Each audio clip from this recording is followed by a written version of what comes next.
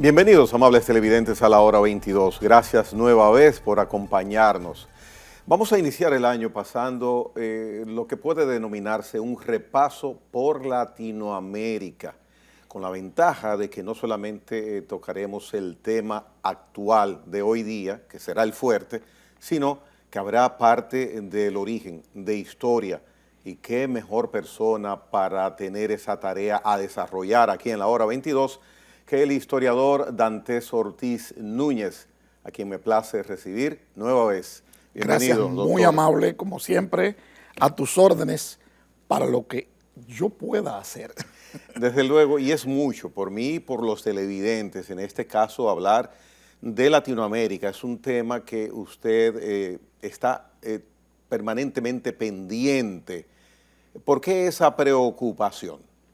Bueno, resulta que a pesar de que somos una isla, en términos políticos, en términos de las corrientes ideológicas, en términos de la literatura, en términos de lo que pasa en el continente, no lo somos tanto, porque aquí llegan todas las influencias.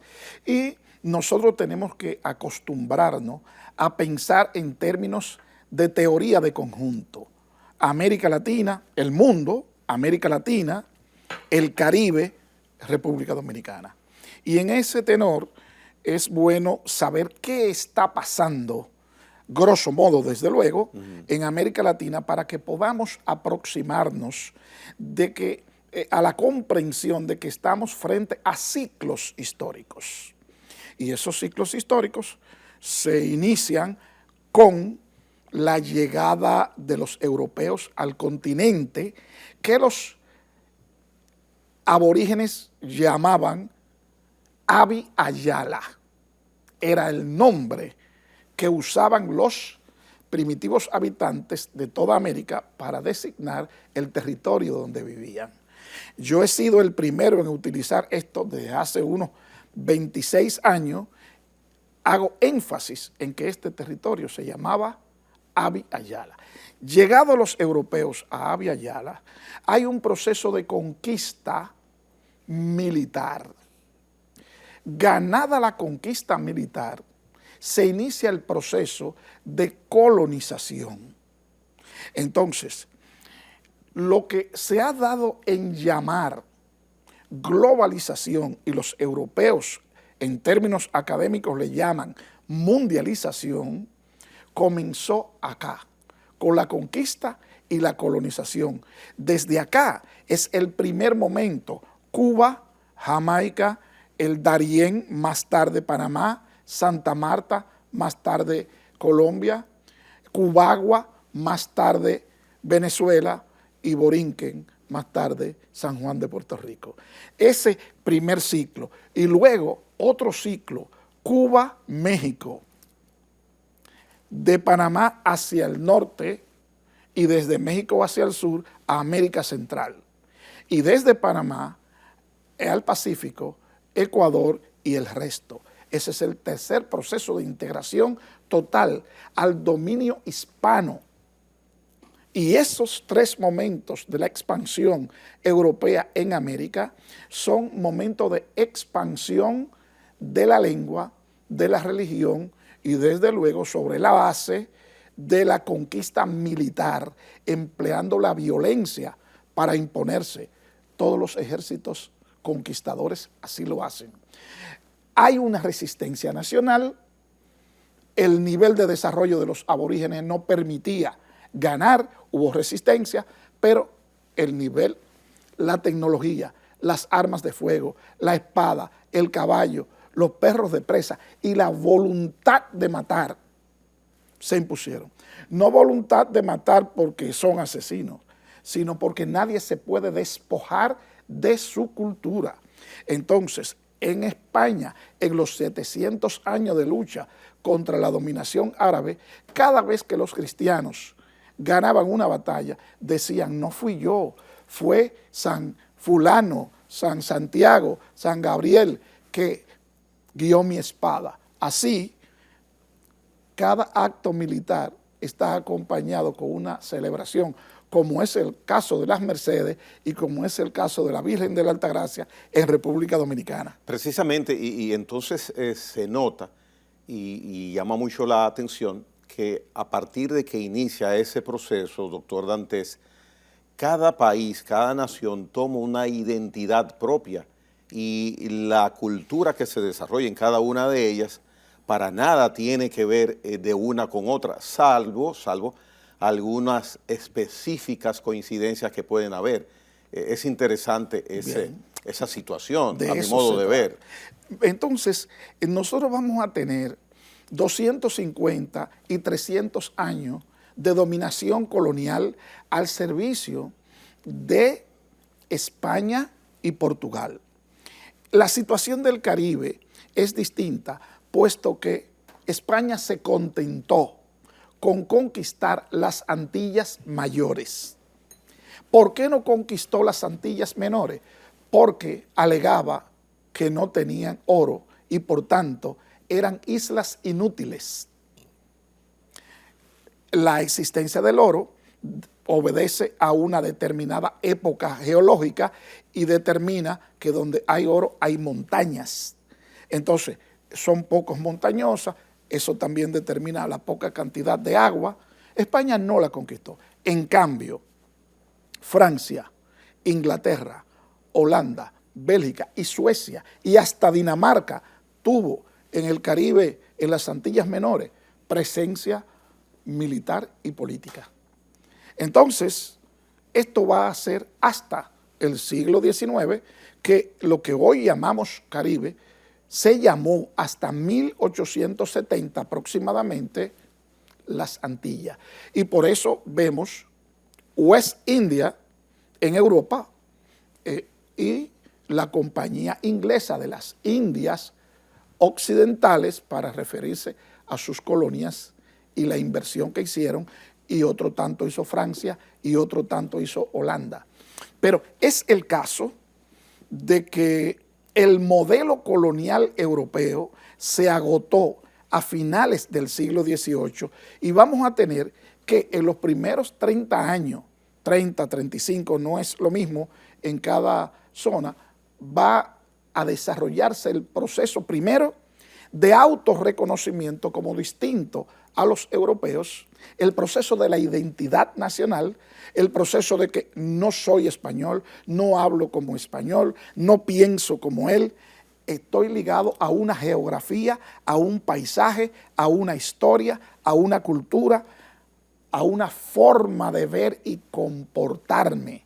Entonces, ese reconocimiento o identidad nacional va a dar lugar a los movimientos independentistas americanos que están altamente influenciados por la Revolución Francesa, la crisis institucional española y la influencia ideológica del liberalismo europeo triunfante a partir de la Revolución Francesa y la Declaración de Independencia de Filadelfia. Entonces, estos son los motores políticos e ideológicos en el marco de una crisis del modelo colonial que va a dar lugar a las luchas y a la formación de los estados nacionales en América Latina. Estaba en proceso de cuestionamiento si América Hispana, y es Hostos el que sugiere que se llame Latinoamérica. ¿Hostos? Hostos. Y eso se generaliza. Entonces, cuando se forman los estados en Latinoamérica, son las élites coloniales las que toman el poder, desdeñando la presencia de negros, mestizos, mujeres, pobres. La Constitución Dominicana del 44, a despecho de la propuesta de Duarte, decía que si usted en el combate por la independencia perdió un brazo, usted no tenía un miembro, usted no podía ser parte del gobierno. ¿Quiénes podían gobernar? Los blancos, los ricos, hombres, blancos y ricos, y sin deuda. Es exactamente la misma situación que aconteció en Francia después de la Declaración de los Derechos del Hombre y del Ciudadano. No incluía a la mujer, más del 50% de la población, y no incluía a los jóvenes, tampoco incluía a los campesinos y a los pobres. Por tanto, ese liberalismo nunca habló de democracia, habló de libertades. Y aquí... ¿Y libertades no era sinónimo en ese entonces de democracia? No. Democracia siempre ha sido sinónimo de participación, de libre discusión de aquello que nos atañe a todos. Ahí sí, en su estadio primitivo. Pero en América Latina el liberalismo fue la prédica para salir de la dominación colonial europea y sustituirla por una dominación clasista de las oligarquías latinoamericanas, excluyendo al negro, a las mujeres, al pobre. Entonces, a partir de ahí hay una penetración después de la independencia de los capitales franceses, ingleses y norteamericanos en alianza con esos gobiernos oligárquicos a los fines de prestarle dinero para modernizar el Estado, que es modernizar el ejército, la burocracia, establecer escuelas, construir carreteras a través de los préstamos. ¿Y cómo se pagó esto? Mediante la minería, las concesiones mineras, el intercambio desigual en términos comerciales, porque si nosotros vendiésemos, Gregory, 400 millones a Estados Unidos y le compráramos 300, ellos están ganando. ¿Por qué? Porque en esos 300 hay mayor cantidad de trabajo socialmente necesario que en los 400 millones. Se necesita ser técnico, ingeniero, alfabetizado para sembrar plátano, guineo, aguacate, mango. No. Entonces, la producción nacional y su venta no nos beneficia, impactando a la sociedad y demandando elevar la calidad de los trabajadores. Ya, mire, doctor Dantes, quiero devolverme un poco, porque en ese esquema clasista que usted describe muy bien, de manera muy didáctica, le pregunto, como dominicano y como está tan de moda en estos tiempos, el hecho de si nosotros en algún momento nos hemos comportado con discriminación, fuimos nosotros en ese esquema en algún momento clasistas, porque hasta donde tengo entendido nunca desde la formación de la independencia hemos discriminado, quizás por sexo en la práctica, pero por raza o por color, pienso que bueno, no se estableció ese esquema tomando en esa consideración, pero es una pregunta que quiero la respuesta suya. Me parece muy pertinente, sobre todo en estos momentos que tenemos la controversia de que intereses extranacionales de Haití y de República Dominicana pugnan por una solución a sus intereses, fusionando ambos pueblos.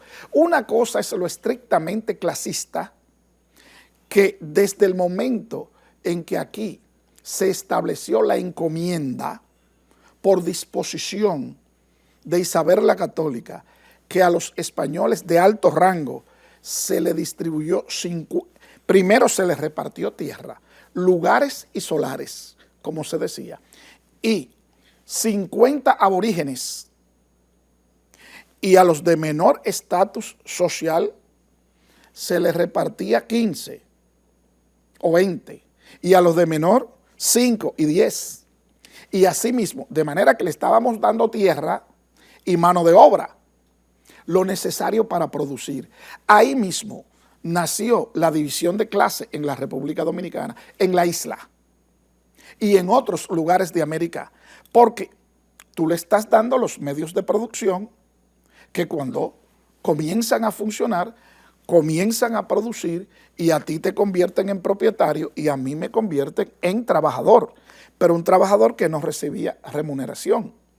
Sí. La remuneración era que tú me enseñaras la lengua, a vivir en familia y no en tribu, a vestir, a comer, establecer los hábitos alimenticios y culturales propio de la cultura dominante. Así, también la religión. ¿Por qué tus dioses no impidieron que tú te convirtieras en un oprimido?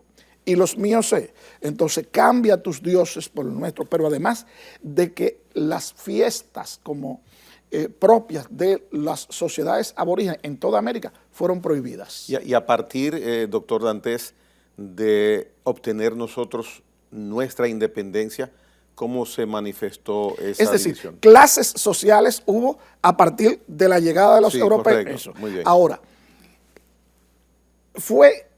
eso más tarde fue sustituido por la esclavitud formal. Cuando comenzó el proceso de producción azucarera para abastecer los mercados europeos, hubo producción en Cuba, en Puerto Rico, aquí en Jamaica y en Islas Canarias. España no tenía la capacidad distributiva para recibir esos azúcares y mandarla a los circuitos comerciales. España dejó que quebrara la industria azucarera. Pero en la industria azucarera se dieron permisos a compañías para traer esclavos africanos desde África a América. Y esos esclavos africanos, ligados a la producción azucarera, rápidamente se sublevaron porque el régimen de vida era 12 horas al día. Pero además tú venías de una tribu y aquel de otro y se unían de manera que no podían ni comunicarse.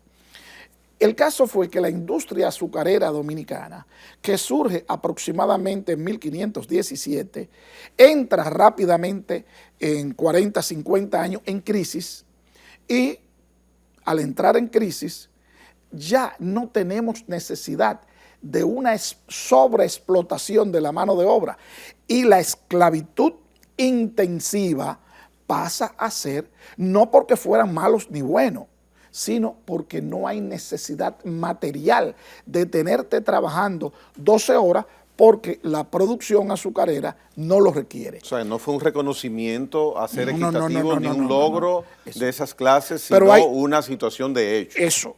Pero además el descubrimiento de minas de oro y plata en Perú y México da lugar a que los dueños de los capitales emigren. Entonces se cae la industria azucarera y vamos a tener una economía pastoril, una economía ganadera, una economía del jengibre. Y esto va a ser así hasta mediados del 18, cuando comienza en el Cibao la producción tabaquera.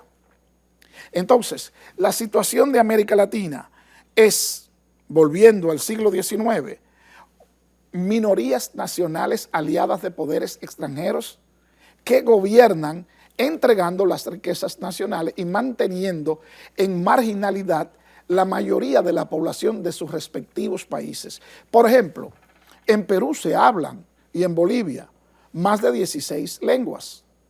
Una pregunta, aprovechando ese... Pero la lengua oficial es... el español.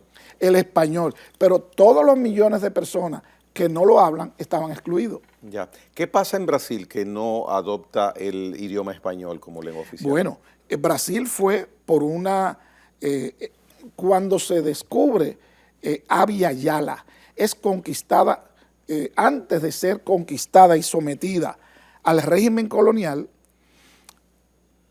los reyes católicos envían emisarios al Papa, que era la única autoridad, no había derecho internacional en ese momento, y decide el Papa repartir los territorios de América en el Tratado de Tordesillas. Entonces, a partir de ese referente papal, Brasil le corresponde a los portugueses que habían iniciado el proceso de expansión y de circunnavegación de África mucho antes que los españoles. Entonces, por eso, los portugueses implantan el colonialismo portugués, ahí está la extracción y todos los beneficios que se derivan. Ahora, volviendo a nuestro escenario de América Latina, el primer intento de unificar toda América Latina será en el Congreso Anfictiónico de Panamá en 1899. 1826, convocado por Bolívar. Que quisiera lo desarrolle cuando vengamos de la pausa. Esta noche estamos en la hora 22 con el historiador doctor Dantes Ortiz Núñez. Interesante, volvemos en breve.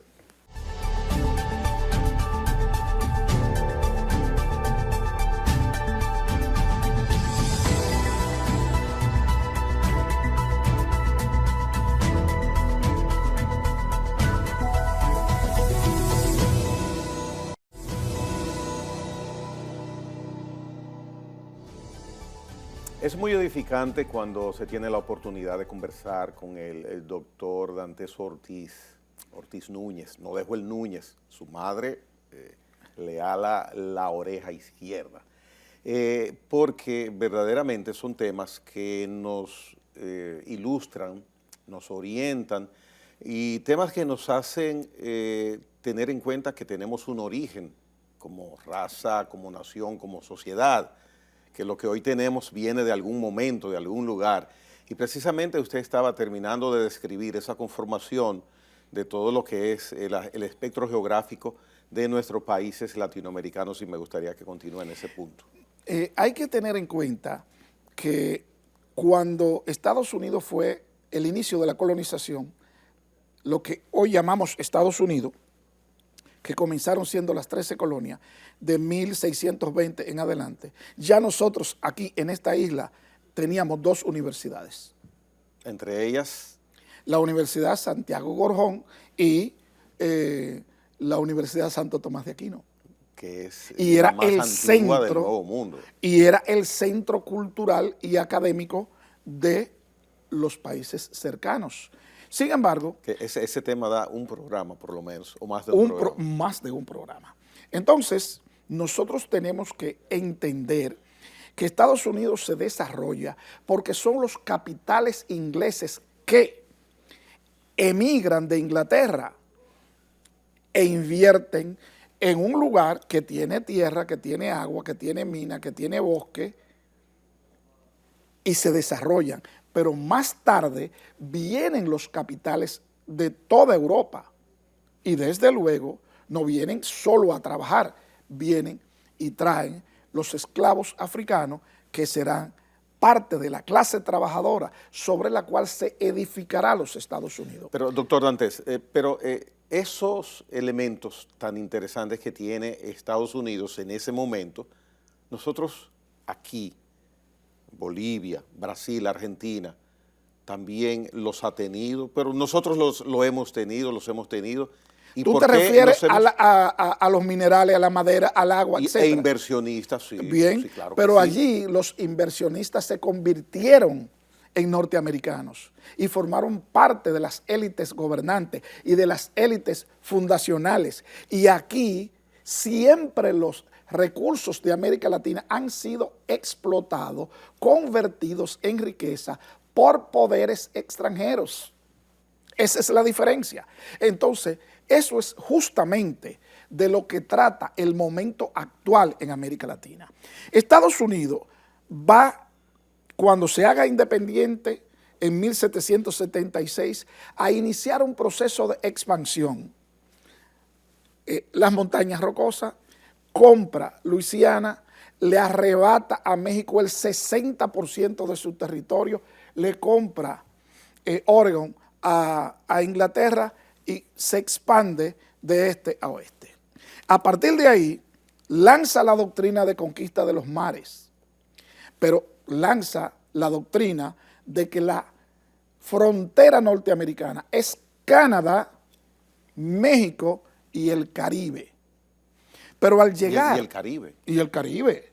Por eso se llama la tercera frontera. Pero no hacen físicamente roce.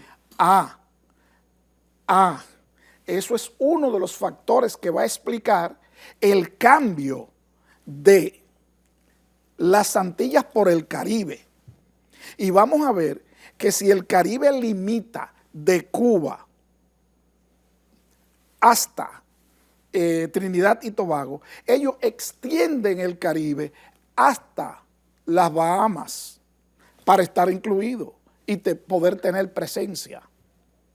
Predominio. Desde luego, porque con la geografía es lo que se llama un arma para la guerra y necesitaban estar resguardados en términos geopolíticos para que nada llegase.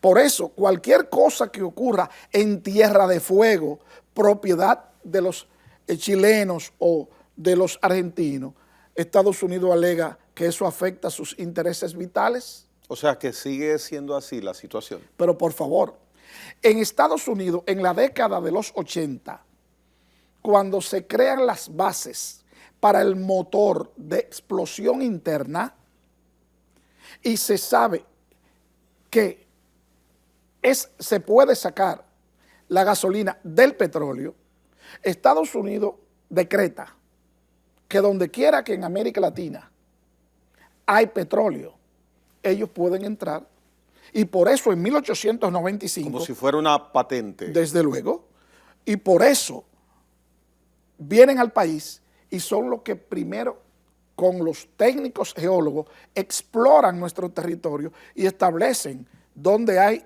la probabilidad y dónde no. Pero eso también ocurre en Venezuela y eso también ocurre en México. Y más tarde, no obstante que el petróleo es venezolano, aliados con la oligarquía venezolana, ese petróleo nunca sirvió antes de Chávez para el desarrollo de Venezuela y mucho menos para América Latina. Y otro tanto aconteció con México. Es decir, pero hay más. Cuando se descubrió en la década de los 60, 1860, que el guano o desechos fecales de los murciélagos era el mejor abono, Estados Unidos se abrogó el derecho de decir que donde quiera que hubiese murcielaguina, ellos podían intervenir, y así intervinieron a las islas adyacentes de Cuba, de Haití y nosotros en Alto Velo en 1860. Aquí hablamos de las intervenciones norteamericanas del 16, pero la primera fue en 1860 y eso conllevó 2 meses de negociaciones para que salieran.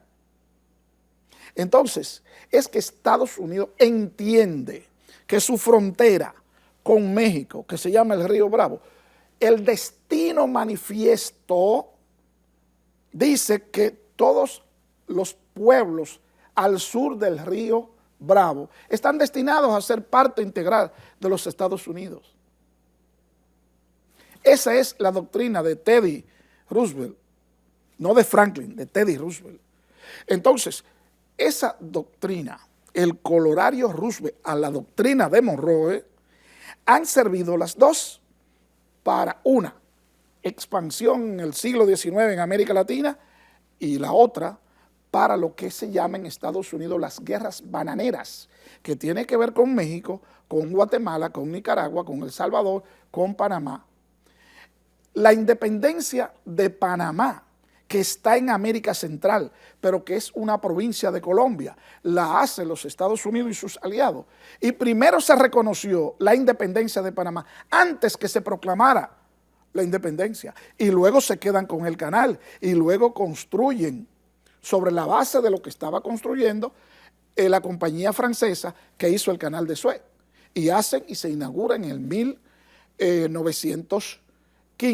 14 el canal de Panamá y lo tienen hasta el 99 porque estaba lleno de dinamita y si no son compelidos por Torrijos a firmar el tratado Torrijos-Carter, él lo iba a volar entero. Entonces, Estados Unidos tiene siempre la política de la disuasión diplomática y la represión político-militar a través de las armas. Hemos llegado a la actualidad. ¿Qué fue a finales de 1890 la Unión Panamericana? Antes de la OEA, la reunión de todos los países en torno al ideal de mantenernos en común, asesorado por Estados Unidos, asesorado por la diplomacia, porque entienden que psicológicamente somos subdotados. Así como la teoría de Darwin ha servido a Inglaterra para sentirse que son los más evolucionados de la especie humana, lo que se le enrostra a Hitler. Pero los primeros en practicarlo fueron Gran Bretaña. Muy bien, pero con esa explicación que usted da, histórica, real, concreta, comprobable, estamos determinados en América Latina a permanecer en el estatus de desarrollo que hoy ostentamos. ¿Qué pasó con el triunfo de la Revolución Cubana que marca un antes y un después? Que los recursos cubanos, mira, cuando Fidel... No, doctor, perdón, no. No se parece a respuesta a lo que usted me está dando. Sí. Tú me preguntas que si estamos destinados a seguir permanentemente como si fuera un determinismo. Y yo te digo, es que en la práctica es lo que el hecho mismo de que Cuba, cuando triunfa Fidel, triunfa la revolución, el 94% de todas las empresas eran propiedades norteamericanas. ¿Qué va a pasar ahí a partir de ahora? Sí, pero ese es un punto y ese es un aspecto, doctor. Yo le estoy hablando en el sentido estructural de cada sociedad latinoamericana. Pero vamos a ver. Que inclusive somos tercermundistas o países en desarrollo. Bien. O sea, una de las dos somos, o las dos al mismo tiempo. Ambas. Tercermundista porque se habla de la teoría de los países desarrollados, los países intermedios, que era la Europa del Este, y el tercer mundo, que era África, América Latina, Oceanía y Asia. Muy bien, podemos romper eso, doctor, podemos superarlo. De eso es lo que está en el tapete hoy en día. Porque ¿qué ocurrió? Insisto, en el punto de partida de la Revolución Cubana. Hay una influencia ideológica en la juventud. Hay movimientos guerrilleros desde Chile, Argentina, Perú, Venezuela, México y Lucio Cabaña en México y toda la Unión Guerrillera de Guatemala. ¿Por qué? Por razones ideológicas, al margen de la historia específica de cada país. El ejemplo heroico de los triunfantes en Cuba del 26 de junio llevó a la juventud buscando nuevos senderos para sus respectivos países, para romper esa larga cadena de dependencia, a imitar un ejemplo que no se correspondía con la realidad sociohistórica de cada país. Superado eso, hoy, ¿qué significa la llegada de Chávez?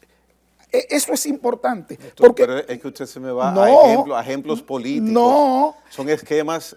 Cuba se ha quedado con un socialismo. No, pero espérate. Venezuela sabemos cuál es su situación.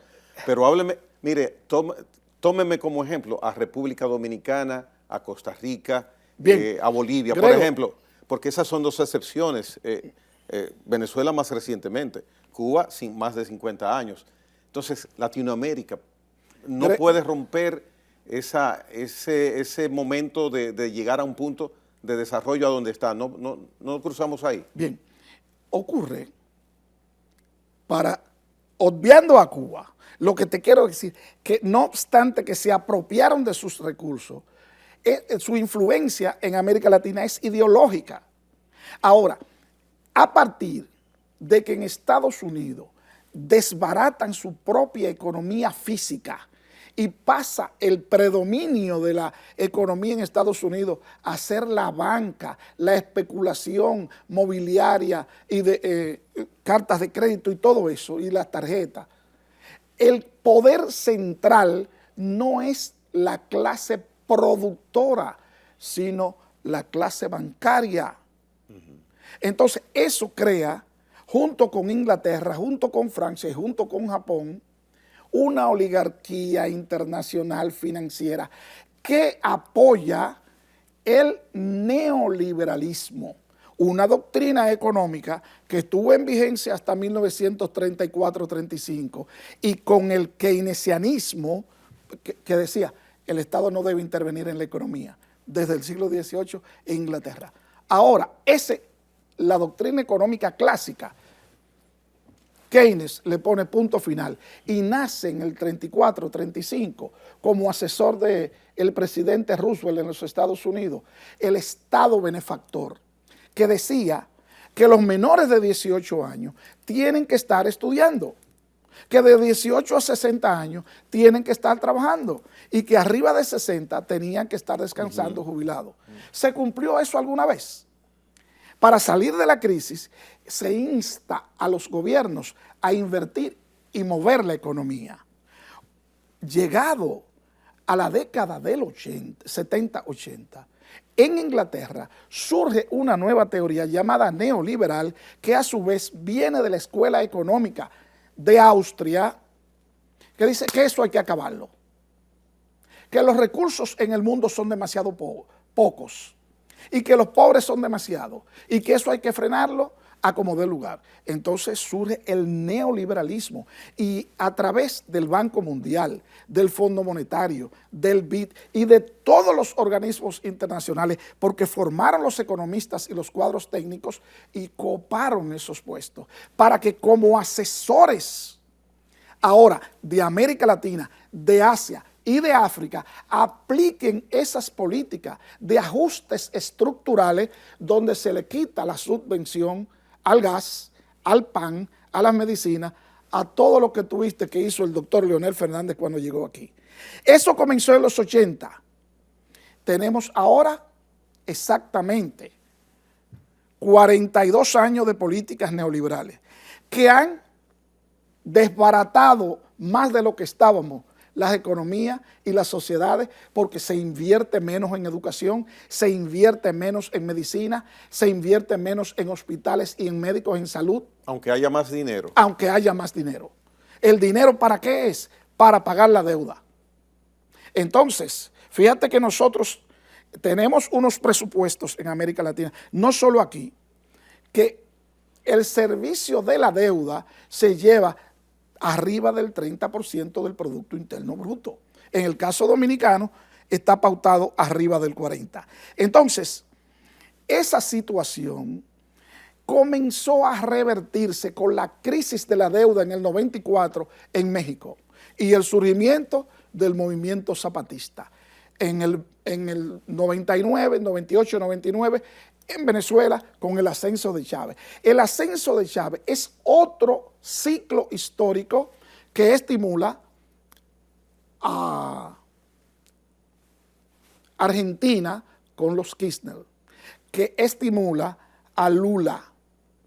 Y esos tres, solo tres gobiernos progresistas, Venezuela, Lula y Kirchner, liquidaron el ALBA, el ALCA, que era un proyecto de integración latinoamericano parecido a la integración europea que tenían Estados Unidos para que más del 80% del intercambio comercial fuese exclusivamente con Estados Unidos y dolarificar las economías. Se le pone punto final a eso. Solo tres. Y es en ese contexto que Unicaribe, ¿cómo se llama? Petrocaribe. El programa de petróleo con facilidades. El petróleo. Para los países. Fíjate que era con plazos de pagar ese petróleo de hasta 30 años y lo podía pagar hasta con habichuelas negras, caraoca, que es lo que más consumen los venezolanos. Y nosotros no supimos aprovechar eso. Y todavía las administraciones que se beneficiaron de Petrocaribe no le pueden explicar al país por qué el precio de la gasolina subía en Santo Domingo o en Haití o en otros lugares, porque se apropiaron del dinero. Entonces, si viene otra oleada progresista, ¿qué pasará en América Latina? Ahora, en esta semana, en la toma de posesión de Lula, las delegaciones de Argentina y Lula se reúnen y como Argentina es la presidenta del Consejo Económico de América Latina y el Caribe, CELAC, y por tanto Buenos Aires es la capital, se va a reunir ese consejo y tú vas a ver lo que allí se va a discutir en términos de que ahora los recursos que te preocupan tanto, Gregory, los recursos minerales, los recursos agua, energético, sean puestos al servicio de Latinoamérica. Ese es el parteagua que, te insisto, inició con Chávez porque tenía los recursos. ¿Qué pasará ahora con el litio cuando es Bolivia la que tiene la mayor reserva mundial de litio?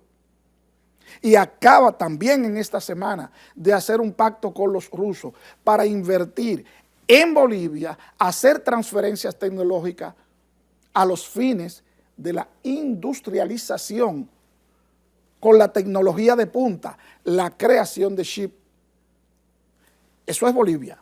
¿Qué va a pasar con la minería latinoamericana? ¿Qué va a pasar con lo que está sucediendo con el golpe de Estado oligárquico imperialista en Perú para deponer un gobierno democrático como se depuso a Bosch, como se han depuesto centenares de gobiernos? Doctor Dantes, con el caso de Pedro Castillo en Perú, me gustaría hacer una parte y que usted puntualice algunos aspectos que son interesantes escucharlos a usted desarrollar, porque verdaderamente ha sido notoria que esa situación en un aspecto importante que quiero que usted trate después de la pausa. Gracias. Perú, doctor Dantes Ortiz Núñez, después de esta pausa comercial. Venimos en breve.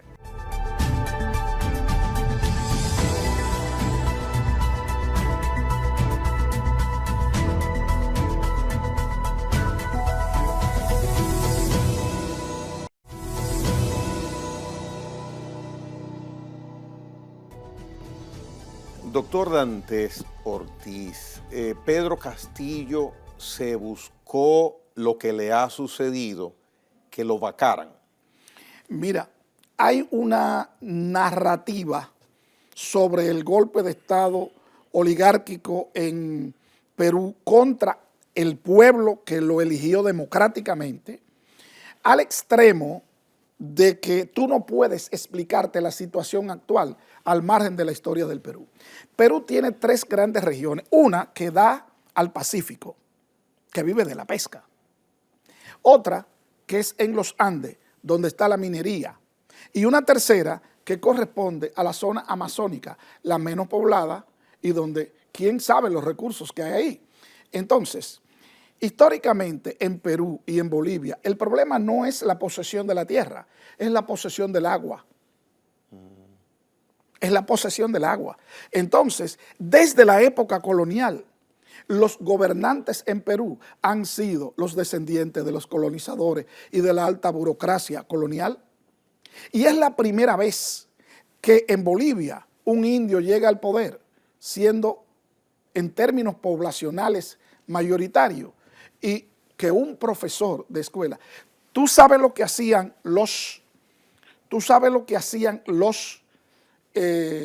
la oligarquía y la gente que se llama a sí misma blanca en Perú, que cuando veían al presidente se tapaban la nariz, solo porque era del pueblo. Entonces, si tú tomas a Velasco Alvarado en el 68, el golpe de Estado y el general Bermúdez, si tú tomas los gobiernos, los distintos gobiernos, en los últimos 6 años ha habido golpe de Estado porque el Congreso se atribuye un supuesto déficit moral para que sus representantes quiten y pongan al margen de la voluntad popular a cualquier presidente que no gobierne para ellos. Entonces, esa es la situación, que si se buscó Pedro Castillo, es la versión asqueante de la prensa oficial desde antes que fuera candidato, y a lo largo de la campaña intentaron sabotear la toma de posesión, y desde que se juramentó hasta que lo depusieron fueron varios intentos por defenestrarlo. O sea, desde el inicio que asume se empieza con ese proceso de intentar inmediatamente aplicar esas prerrogativas que tiene el sistema peruano. Eso es. Si no entiendes eso, un hombre que está tratando de establecer con Bolivia, Perú, Bolivia, Argentina, son el triángulo del litio en América. Un convenio con China para establecer la fábrica que ahora está en China y en Taiwán, establecerla en América. Ahí tienes tú. ¿Tú sabes qué por ciento del litio mundial tiene Estados Unidos? El 4%. Ya. ¿Tú sabes el por ciento del petróleo que tiene, del petróleo mundial que tiene Estados Unidos? Menos del 15%. Entonces, esos países, Europa, como se está viviendo ahora, y los Estados Unidos, han llegado a ese estadio de desarrollo industrial gracias a la voluntad política y militar de usufructuar los recursos del tercer mundo. De manera, usted insiste en eso. no solamente insisto, sino que todas las escuelas de pensamiento, que ya no liberal, sino abiertamente democrática, están pregonando ese punto de vista. El mejor ejemplo práctico es AMLO en México, que tiene una política agresiva de los neoliberales que gobernaron 40 años antes. Primero, 2 veces fraude, luego que no tomaba el poder, luego que iba a llevar a México al desastre de Venezuela. Y hoy, la infraestructura construida, los salarios, la inversión en educación, las becas escolares y llevar el sistema médico sanitario a un porcentaje de población que nunca en la historia de México había recibido asistencia médica, te dice que es posible. Lo que tú te preguntas legítimamente, tú y cualquier hombre o mujer honesto, ven acá, ¿por qué tenemos tales y cuales condiciones favorables y no salimos? Porque no es un problema de recursos, es un problema de voluntad política, es un problema de estructura de gobierno, es un problema de al servicio de quienes ha estado los estados latinoamericanos. Y por eso insisto, y podríamos cerrar este diálogo, Gregory, diciéndote y reafirmándote que hay una propuesta china de la ruta de la seda, hay una propuesta del Instituto Schiller de una nueva arquitectura de seguridad internacional y hay una propuesta rusa de superar el gobierno unilateral global y establecer unas relaciones multilaterales con la ONU como referencia, a donde los países pesen al margen de su población y al margen de su situación, que reciban y den lo mejor de sí, pero eso requiere un nuevo orden internacional, un nuevo orden que se está debatiendo en estos momentos en torno a la política de expansión, colaboración y transferencia tecnológica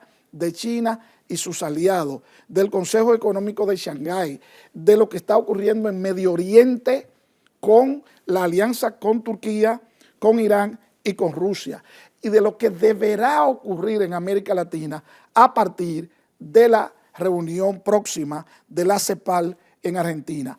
Porque América, esa es la que usted indica que el día 19 se realizará. 14 o 19. Ya.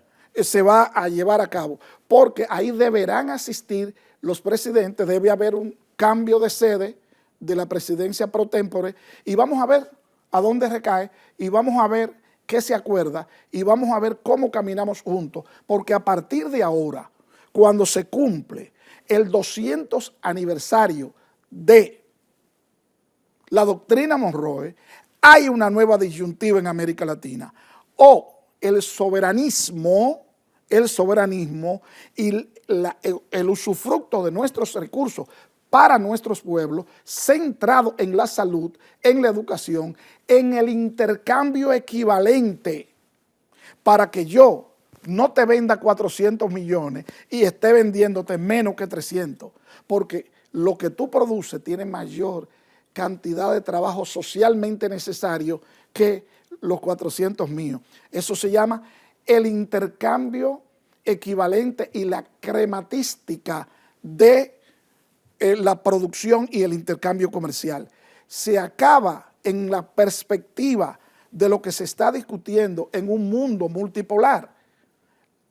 esa relación de explotación a donde el intercambio es siempre desigual para África, Asia y América Latina. Yo estoy absolutamente convencido, y no solo por razones emocionales, sino por razones estadísticas, económicas, de que esto es un problema de voluntad política, de acercar el Estado a la sociedad civil.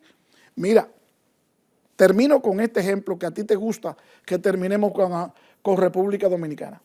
La iniciativa del presidente Abinader de 12 proyectos de leyes, si se llegara a cumplir, acercarían el Estado oligárquico que hemos tenido desde la fundación de la República, que marcha por un lado, en tanto que los intereses nacionales y la demanda de la sociedad civil marcha por otra, acercarían el Estado a la sociedad civil. Entonces tú te tienes que preguntar, ¿cuáles intereses espurios impiden que una Cámara de Senadores y Diputados, controlado mayoritariamente por el mismo partido del presidente, no agilice esas leyes? ¿Qué razones tiene el PLD para oponerse si firmó 18 tratados con China y no mandó ninguno al Congreso? ¿Y qué razones tiene Leonel Fernández para un proyecto, dice ser portador del desarrollo? Esas son las bases que acercarían y harían factible una mejor gobernanza y una mayor participación de los sectores populares en la riqueza que produce. ¿Por qué se oponen? Entonces, es un problema fundamental de la voluntad política de los actores del momento. Y si esta sociedad no estuviera imbuida en todas las tonterías que aquí se discuten, en más de 240 emisoras de radio, canales de televisión, periódicos, y más de 200, ¿cómo se llama esto? Canales de... los podcasts. Eso, si nosotros estuviésemos discutiendo los problemas nacionales, estaríamos discutiendo el problema del agua, estaríamos discutiendo el problema de la reforestación y estaríamos acercando el Estado a la sociedad civil. Eso era cuanto quería decirte en el día de hoy y te agradezco una vez más la gentileza de tu invitación. Los televidentes de la hora 22 y un servidor agradecen a usted, doctor Dantes Ortiz, que nos haya presentado y expuesto. Sobre todo, puedo mencionar ese final tan interesante, y sí, iba a solicitarle que termináramos con República Dominicana, y qué bueno que me complació y así lo hizo. Gracias, doctor Dantes, por su presencia acá en la hora 22. Señores, hasta la próxima entrega.